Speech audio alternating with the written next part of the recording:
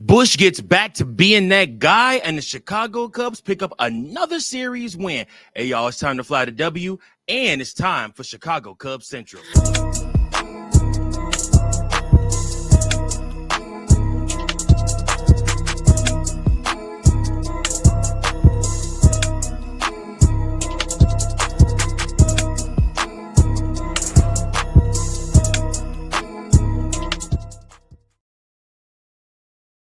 Yes, sir. Yes, sir. Welcome in, everybody, to another episode of Chicago Cubs Central, your number one spot for Chicago Cubs content.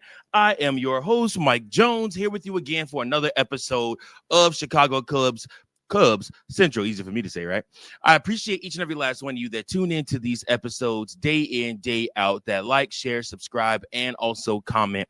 I appreciate you guys. And hey, if this is your first time watching a Chicago Cubs Central show, thank you. I appreciate each and every last one of you that are tuning into this episode. I hope that you find yourself here again. I hope that you would like, share, and subscribe. Please join our C3 family. That's right, the Chicago Cubs Central family right here on YouTube, or follow us over on Spotify, or follow us over on Apple. We are in all three spots. We also broadcast these shows on X also. So please make sure that you guys tune in to those episodes. Listen, let me tell you guys something. The Chicago Cubs right now are on a bit of a heater. 37-22, their best start since 2016. This is the first time since 2018 that they've been 15 games above 500. And let me tell you guys something. I thought that the Chicago Cubs were going to be good this year. I thought that the Chicago Cubs were going to have success this year. I thought that the Chicago Cubs would be able to be major players in this division. I did not expect this. I just didn't. I didn't expect this to gel and click this quickly. I did not expect the Chicago Cubs to be able to keep up with all that they've been doing, even though they have lost their ace in Justin Steele, and even though Shota Imanaga has been out for a damn near a month. The Chicago Cubs still find ways to win games. They literally, on the fly, have remade their whole bullpen. And yet and still, the Chicago Cubs team is back to business, back to winning. After losing Friday, they go ahead and win on Saturday, and then, of course, come back today and beat up on the Cincinnati Reds again, 7-3 in this one. Jameson Taillon is your winning pitcher, and he went 7 innings in this game. Well, just about 7 innings, 6.1 or 6.2 innings. He improves his record to 5-3 on the season. Nick Martinez takes the loss. He is 3-6 on the season. Literally, the Chicago Cubs and Jameson Taillon had the Cincinnati Reds in check until I believe it was the 6th inning that Cincinnati got that 2-run home run off of Ellie De La Cruz. But besides that, the Cubs had them in check the whole entire time. And I don't think the Cubs were worried about him. I don't think the Cubs are necessarily worried about this game. It was honestly like an everyday business transaction for the Chicago Cubs. They just went out there and did what they had to do. It's crazy to think that we now are, in an era with this team where you're supposed to win. And you're supposed to win these games, and you're supposed to beat this team, or you're supposed to win this series. But literally, guys, that's what we're on right now. The Chicago Cubs were supposed to beat the Cincinnati Reds in this series, and they did. Did they drop a game? Yes. Did they go up against a pitcher that could be fitting for a Cy Young Award by the time the season is done? Absolutely. Yet and still, this team went out there and took care of business. I believe Terry Francona is one of the best managers in the MLB. He definitely has a lot of history, has had a lot of success, but yet and still, like I said, the Chicago Cubs, Craig Counsell, had a game plan set up, and the Chicago Cubs did what they had to do. Now, it was not without a scare. Kyle Tucker exited the game in the 5th inning due to an injury to his hand, his right hand, his ring finger on his right hand, and it was apparently just a jam finger. He went and did x-rays on it after he left the game. It came back negative. He's fine. Nothing's wrong with him outside of a sprained finger. He's day-to-day right now. He's got a little scratch, a little nick on his nose. But outside of that, Kyle Tucker is okay. So what that means is the Chicago Cubs may play in Washington without him. But Kyle Tucker prides himself on being an everyday guy. And I don't mean like the Illini everyday guy. I mean like playing every single day. it's really refreshing to see superstars like that like just want to play every single day. It does not matter if they're injured or not. They're not out here looking for sympathy. He basically shrugged it off, said, I'm fine, I'm good. I just jammed my finger. It started hurting. I literally went up there and took another at bat. Didn't feel comfortable. So I told Counts that I wanted to come out. And so, like I said, they went and checked on him. They went and cleaned his face up, put some stuff on his face, some antiseptic on his face. And then, of course, like I said, when it took x-rays, make sure everything's fine with that finger. He's traveling with the team to Washington. And like I said, he may take the first game off, or he may just DH the first game. We don't know. But outside of that, he does expect to be A-OK on Tuesday to play against the Washington Nationals, which is the Chicago Cubs' next series.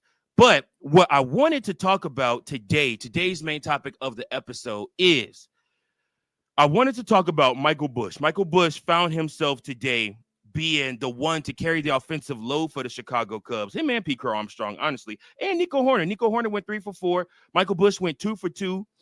He bumped that ERA. He bumped that batting average back up to 266. Nico Horner is back above 300. He batting average wise, he's 301 right now, and Pete Armstrong is at 280 right now. So, like I said, the Chicago Cubs are figuring their way through this season, and the cool part is you have different guys at different times. So sometimes it'll be Kyle Tucker and it'll be Seiya Suzuki. Sometimes it'll be Pete Armstrong and Ian Happ. And then other times it'll be Dansby Swanson, Michael Busch, and Nico Horner. And then, of course, you got your catchers that are figuring out their way through things too. And we have not even seen the best of Matt Shaw yet. So when I look at the Chicago Cubs team, I say to myself that the best is yet to come. Jameson Taillon said it best in his post-game interview today. The best is yet to come. There's still a lot of baseball left to go, and the Chicago Cubs still have great baseball ahead of them to play. So, I mean, this team right now is one not to be trifled with. This team right now is not one that you, like I said, you can go in and take a day off on. This team right now is coming out here to win baseball games. The best is yet to come, guys. We should be excited, man. The Chicago Cubs are going to face off. They do have an off day, and then they are going to face off against the Washington Nationals. They got 3 against them. We'll preview that in tomorrow's episode. And then after that, they'll see Detroit they'll go to Detroit for the weekend. We'll see our good friend Javi Baez all weekend. But yeah, man, the Chicago Cubs figuring it out, man. Figuring it out along the way. And like I said, we haven't even added whatever pieces or pitching we're going to add to ensure that we stay atop of the NL Central. The Cardinals also did lose today. They end up dropping the series to the Texas Rangers, 1-2. And so the Chicago Cubs do now have a 4-game lead over those St. Louis Cardinals in the Central Division. But don't slip on the Cardinals. They could very well. It's early. I know it's way too early to talk about playoff positioning. They could absolutely fall off. They could absolutely trade pieces. But the St. Louis Cardinals could very well find themselves a wild card team, which I did not expect that to be the case when this season started. I thought you had to win the NL Central to get into the playoffs. But we'll just have to see. Again, it's a long season, still a lot of baseball left to be played, and teams go on runs. And don't sleep on the Milwaukee Brewers. Milwaukee Brewers have won 7 games in a row. Don't sleep on Milwaukee either. Like I said, it's a lot of baseball left to be played, but the Chicago Cubs being 15 games above 500 does not suck at all. Very, very happy, very, very pleased with how the season is going. Craig Counsell had this to say, yeah, man, they're just playing great baseball. Chicago Cubs right now have won 14 out of 18 series. Michael Busch homered his eighth home run, his first since May 9th. Michael Busch is your player of the game, your pick to perform player of the game. That's right, Michael Busch. Like I said, went 2 for 2 today. Also took a walk. Just looked very comfortable at bats today. Tired of Justin Turner getting all his time playing, so he went out there and did his thing in this game. So kudos to Michael Busch. He took care of business, did what he had to do, and the Chicago Cubs get another victory. Once again, they are 37-22. And guys, when the Chicago Cubs win, especially when they win a series, what time is it? It's time to fly the W. Guys, Chicago Cubs are rolling. If you are excited for the Chicago Cubs and you are excited for this next series going up against the Washington Nationals, who aren't no slouches either, it's going to be a fun series. Hope the Chicago Cubs can come out and win that series too. I do expect them to. But we'll detail that more in tomorrow's game and tomorrow's video. But for now, let's just enjoy another series win. I appreciate you all so much for tuning in and watching this episode of Chicago Cubs Central. I am your host, Mike Jones. Remember, guys, go Cubs, go. Peace. Thank you for watching another episode of Chicago Cubs Central, the #1 spot for all Chicago Cubs content. Remember to like, share, subscribe for more Cubs content.